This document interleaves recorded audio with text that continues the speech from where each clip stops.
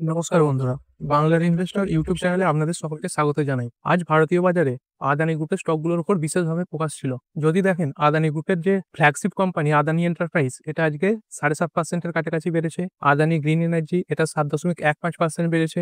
Adani ports এবং special economic zone এটা 6.27% বেড়েছে। আদানি পাওয়ার 6.5%-এর কাছাকাছি বেড়েছে।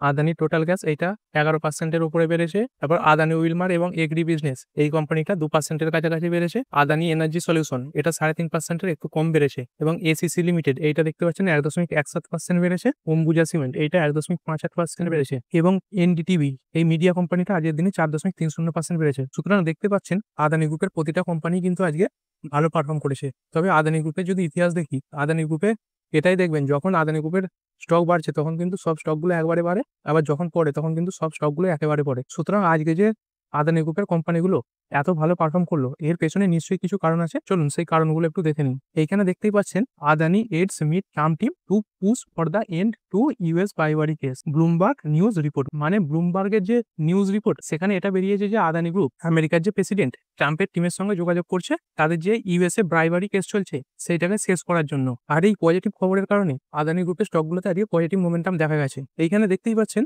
নভেম্বর মাসে ইউএসএর যে অথরিটিস ছিল তারা আদানি এবং তার যে ভাইপো সাগর আদানি তাদের বিরুদ্ধে পাওয়ার সাপ্লাই কন্ট্রাক্টে একটি ঘুষের মামলা দায়ের করেছিল এবং যার ফলে আদানি গ্রুপ তখন যে ফান্ড রেজ করতে চলেছিল সেটাও রুকে যায়। এবং এখন এই ইউএসএ যে ব্রাইবারি কেস এটা মিটে গেলে আদানি গ্রুপের যে প্রধান সমস্যা ফান্ড রেজিংয়ের সমস্যা সেটা অনেকটাই মিটে যাবে এবং বাজার থেকে তারা টাকা তুলতে পারবে। তবে যদি দেখেন আদানি গ্রুপের যে হিন্ডেনবার্গের কেস হয়েছিল সেখানে কিন্তু সুপ্রিম কোর্টের তরফ থেকে এখনো কোনো ফাইনাল ডিসিশন নেওয়া হয়নি। তাই যদি এক্ষুনি আদানি গ্রুপের স্টকে ইনভেস্ট করতে চান তাহলে কিছু সাবধানতা কিন্তু অবলম্বন করতেই হবে। তবে যদি আদানি গ্রুপের স্টকে ইনভেস্ট করেন তাহলে কিন্তু সব টাকা আদানি গ্রুপের স্টকে লাগিয়ে দেবেন না। এর আগেই তো বললাম আদানি গ্রুপের স্টক দেখবেন যখন বাড়বে এরকম 7-8% বেড়ে যাবে, আবার যখন পড়বে তখন দেখবেন 10%, 20% এরকম পড়ে গেছে। যদি লাগাতেই হয় এরই মধ্যে বেছে বেছে কোনো একটি স্টকে লাগাতে পারেন। এর মধ্যে আমি কিন্তু আদানি পাওয়ার এই স্টকটাকে আমার পোর্টফোলিওতে রেখেছি, সুতরাং আপনারাও চাইলে এই কোম্পানিটাকে আপনার পোর্টফোলিওতে রাখতে পারেন। আজকের ভিডিও নিয়ে আলোচনা করার আগে বলবো, যারা আমার এই চ্যানেলে নতুন আসছেন বাংলার ইনভেস্টর চ্যানেলে, তারা অবশ্যই চ্যানেলটা সাবস্ক্রাইব করার সঙ্গে সঙ্গে বেল আইকনটা টিপে অল অবশ্যই সিলেক্ট করে রাখবেন। যখনই আমি কোনো ভিডিও আপলোড করবো তার নোটিফিকেশন যেন আপনার কাছে সময় মতো পৌঁছে যায়। পুরনো যারা আছেন লাইক শেয়ার কমেন্ট করে যেভাবে পাশে আছেন পাশে থাকবেন। এরপরে যদি নিফটি ফিফটি দেখি, নিফটি ফিফটি আগের দিনে 0.47% বেড়ে বন্ধ হয়েছে এবং বিএসসি যে সেন্সেক্স সেটাও 0.37% বেড়ে বন্ধ হয়েছে। এবার যে স্টকগুলো আজকে ভালো পারফর্ম করলো নিফটি ফিফটির মধ্যে, এখানে তো দেখতেই পাচ্ছেন প্রথমে আছে আদানি এন্টারপ্রাইজ, এটা 7.44% বেড়েছে। আদানি পোর্টস এটা বেড়েছে 6.27%। টাটা গ্রুপের কোম্পানি ট্রেন্ড লিমিটেড এটা 4.51% বেড়েছে। শ্রীরাম ফাইন্যান্স এটা 4.24% বেড়েছে। আর অন্যদিকে যে কোম্পানিগুলো আজকে লাল নিশান দেখিয়েছে সেগুলো দেখতে পাচ্ছেন কোটাক ব্যাংক এটা 4.59% পড়ে গেছে। জেএসডব্লিউ স্টিল এটা 1.85% পড়ে গেছে। ওএনজিসি এটা 1.45% পড়ে গেছে। স্টেট ব্যাংক অফ ইন্ডিয়া দেখতে পাচ্ছেন 1.18% পড়ে গেছে এবং টাটা গ্রুপের কোম্পানি টাইটান এটা 0.78% পড়েছে। এরপরে যদি ইন্ডাইসেস দেখি তো এখানে দেখতে পাচ্ছেন নিফটি যে নেক্সট 50 আছে সেটা 1.52% বেড়েছে। তারপরে দেখুন নিফটি ব্যাংক 0.34% বেড়েছে। ফাইন্যান্সিয়াল সার্ভিস এটাও সামান্য বেড়েছে। তারপর যে মিড ক্যাপ সিলেক্ট আছে এটা 2.22% বেড়েছে। এবং দেখতেই পাচ্ছেন ব্রড মার্কেট যে ইন্ডাইসেস সেখানে কিন্তু সবই সবুজে বন্ধ হয়েছে এবং সেক্টরাল ইন্ডাইসের মধ্যেও দেখতে পাচ্ছেন নিফটি ওটা 1.85% বেড়েছে। তারপর বাকি যে দেখতে পাচ্ছেন বেশিরভাগ সেক্টরই কিন্তু ভালো পারফর্ম করেছে। এর মধ্যে দেখতে পাচ্ছেন শুধু যে ব্যাংক নিফটি এইখানেও দেখুন সেক্টরাল ইন্ডাইসের মধ্যে পিএসইউ ব্যাংক এটা 0.04% পড়ে গেছে এবং প্রাইভেট ব্যাংক 0.80% পড়ে গেছে। আর উপরের থেকে এখানে দেখলেন যে নিফটি ব্যাংক সেটা 0.36% পড়ে গেছে। মানে ব্যাংক নিফটি ছাড়া প্রতিটা সেক্টরই আজকে ভালো পারফর্ম করেছে। এরপর যদি ব্যাংক নিফটির মধ্যে দেখি যে কোম্পানিগুলো খারাপ পারফর্ম করেছে দেখতে পাচ্ছেন কোটাক ব্যাংক এটা 4.59% পড়ে গেছে। স্টেট ব্যাংক অফ ইন্ডিয়া এটা 1.18% পড়েছে। অ্যাক্সিস ব্যাংক 0.69% পড়েছে। ইন্ডাসইন্ড ব্যাংক এটা 0.57% পড়ে গেছে এবং আইসিআইসিআই ব্যাংক এটা 0.35% রয়েছে। এই কোটাক মাহিন্দ্রা ব্যাংক এটা আজকের দিনে কেন প্রায় 4.5%-এর কাছাকাছি পড়েছে, চলুন একটু দেখে নিই। এই কোটাক মাহিন্দ্রা ব্যাংকের যে কোয়ার্টার ফোরের রেজাল্ট সেটা কিছুটা খারাপ আসার কারণেই এই শেয়ারটা আজকে খারাপ পারফর্ম করেছে। চলুন একটু ডিটেলসে দেখে নিই। কোম্পানির যে নেট প্রফিট এর আগের বছর সেম কোয়ার্টারে ছিল 4,133 কোটি টাকা, যেটা এই কোয়ার্টারে হয়েছে 3,551 কোটি টাকা। মানে আগের যে ইয়ার অন ইয়ার কোয়ার্টারের তুলনায় এবারে প্রায় 14% প্রফিট কমে গেছে। এবং কোম্পানির যে নেট ইন্টারেস্ট মার্জিন সেটা হচ্ছে 4.96, যেটা এর আগে ছিল 4.97%। তবে কোম্পানির যে অ্যাসেট কোয়ালিটি সেটা কিছুটা হলেও ইমপ্রুভ হয়েছে। কোম্পানির অ্যাসেট কোয়ালিটি এর আগের কোয়ার্টারে ছিল 1.50% এবং এখন হয়েছে 1.42%। এই অ্যাসেট কোয়ালিটি যত কমবে মানে ততই কিন্তু ব্যাংকের জন্য ভালো। এবং যে এনপিএস সেটাও দেখতে পাচ্ছেন ব্যাংকের ক্ষেত্রে কমা ভালো। এখানে আগে ছিল 0.41%, যেটা হচ্ছে 0.31%। এবং এই কোম্পানিতে এক একটা শেয়ার পিছু ৳2.5 করে ডিভিডেন্ড দেওয়ার কথাও ঘোষণা করেছে। এরপরের যে কোম্পানিটা স্টেট ব্যাংক অফ ইন্ডিয়া, এটা আজকের দিনে 1.18% পড়ে গেছে।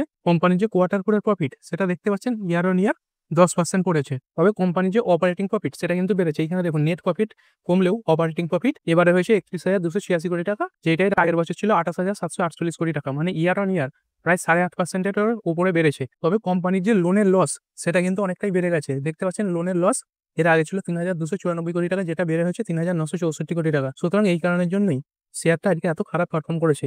যে কোনো ব্যাংকের ক্ষেত্রেই এই লোনের যে লস সেটা বেড়ে যাওয়া খুবই খারাপ বিষয়। এরপরে যদি দেখি অয়েল সেক্টরের কোম্পানিগুলো, এখানে দেখতে পাচ্ছেন ভারত পেট্রোলিয়াম কর্পোরেশন বা বিপিসিএল, এটা প্রায় 3.31% বেড়েছে। তারপরে আইওসি মানে ইন্ডিয়ান অয়েল কর্পোরেশন, এটাও 3.75% বেড়েছে। তারপরে যদি দেখি রিলায়েন্সের মতো এত বড় কোম্পানি, এটাও আজকের দিনে 0.53% বেড়েছে। সুতরাং কালকেই বলেছিলাম তেলের দাম যে এত কমছে, দেখতে পাচ্ছেন WTI ক্রুড এটা 57.45 এর কাছে চলছে এবং ব্রেন্ট ক্রুড এটাও 60 এর কিছুটা উপরে চলছে। তো ক্রুড অয়েল এতটা পড়ে যাওয়ার পরেও ওপেক যে আছে তারা কিন্তু তাদের যে তেলের উৎপাদন সেটাও কিন্তু বাড়িয়ে দিয়েছে, যার ফলে বলেছিলাম কালকে যে ক্রুড অয়েলের দাম আরো পড়ে যেতে পারে। সেই কারণের জন্য ক্রুড অয়েলকে যারা কাঁচামাল হিসেবে ব্যবহার করে সেই সেক্টরগুলোতে আজকে তেজি দেখা গেছে। এই কারণেই দেখতে পাচ্ছেন এশিয়ান পেন্টস, এই পেন্ট সেক্টরে কাঁচামাল হিসেবে ক্রুড অয়েল ব্যবহৃত হয়।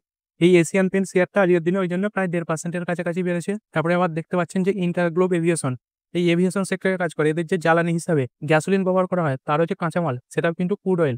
সেই কারণের জন্য স্টকটা 3.64% বেড়ে। এবং যদি দেখি টায়ার সেগমেন্টে যে কোম্পানিগুলো কাজ করে তারাও কাঁচামাল হিসেবে ক্রুড অয়েলকে ব্যবহার করে। এই টায়ার সেক্টরের একটি কোম্পানি দেখতে পাচ্ছেন 3.89% বেড়েছে। এরপরে যদি ব্যাংকিং সেক্টর নিয়ে কথা বলি তো দেখতে পাচ্ছেন আইডিবিআই ব্যাংক, এই ব্যাংকের শেয়ারটা আজকের দিনে 1.5%-এর কাছাকাছি বেড়ে বন্ধ হয়েছে। কোম্পানির যদি শেয়ার হোল্ডিং প্যাটার্ন দেখি, এখানে দেখতে পাচ্ছেন কোম্পানির যে প্রমোটার তাদের কাছে 94.72% শেয়ার রয়েছে এবং পাবলিকের কাছে 4.63% শেয়ার রয়েছে। দেখুন সাধারণ হিসাবে কি বলে, কোনো কোম্পানি যখন মার্কেটে প্রথম লিস্টেড হয় তার 3 বছরের মধ্যে কিন্তু কোম্পানির যে প্রমোটারের হোল্ডিং সেটা 75%-এর ব্র্যাকেটে নিয়ে চলে আসতে হয়। সেখানে দেখতে পাচ্ছেন আইডিবিআই ব্যাংক প্রায় 2020 সালের আগে লিস্ট হয়েছে। সেখানে দেখতে পাচ্ছেন প্রমোটারের কাছে 94.72% শেয়ার রয়েছে। মানে এই যে প্রমোটারের হোল্ডিং এইটা কিন্তু কমাতে হবে, আর সেটাই ঘোষণা হয়েছে। দেখতে পাচ্ছেন government to conclude stake sale in IDBI bank by end of 2025, মানে এই 2025-এর শেষের দিকে সরকার তাদের যে 94% স্টেক আছে সেটা কমিয়ে 75%-এর নিচে নিয়ে চলে আসতে চাইছে। এরপরের যে কোম্পানিটা সেটা হচ্ছে কল্যাণী স্টিলস লিমিটেড। এই স্টকটি দেখতে পাচ্ছেন মার্কেটে সাধারণ পারফর্ম করছিল, হঠাৎ করে দেড়টার পর হঠাৎ করে একটা বড় জাম দেখিয়েছে। দেখতে পাচ্ছেন প্রায় 9%-এর কাছাকাছি আজকে বেড়ে বন্ধ হয়েছে। এই কোম্পানিটা তাদের যে কোয়ার্টার ফোরের রেজাল্ট সেটা পেশ করেছে। কোম্পানির যে পিএটি মানে প্রফিট আফটার ট্যাক্স সেটা ইয়ার অন ইয়ার 27% বৃদ্ধি পেয়েছে, বৃদ্ধি পেয়ে হয়েছে 79 কোটি টাকা।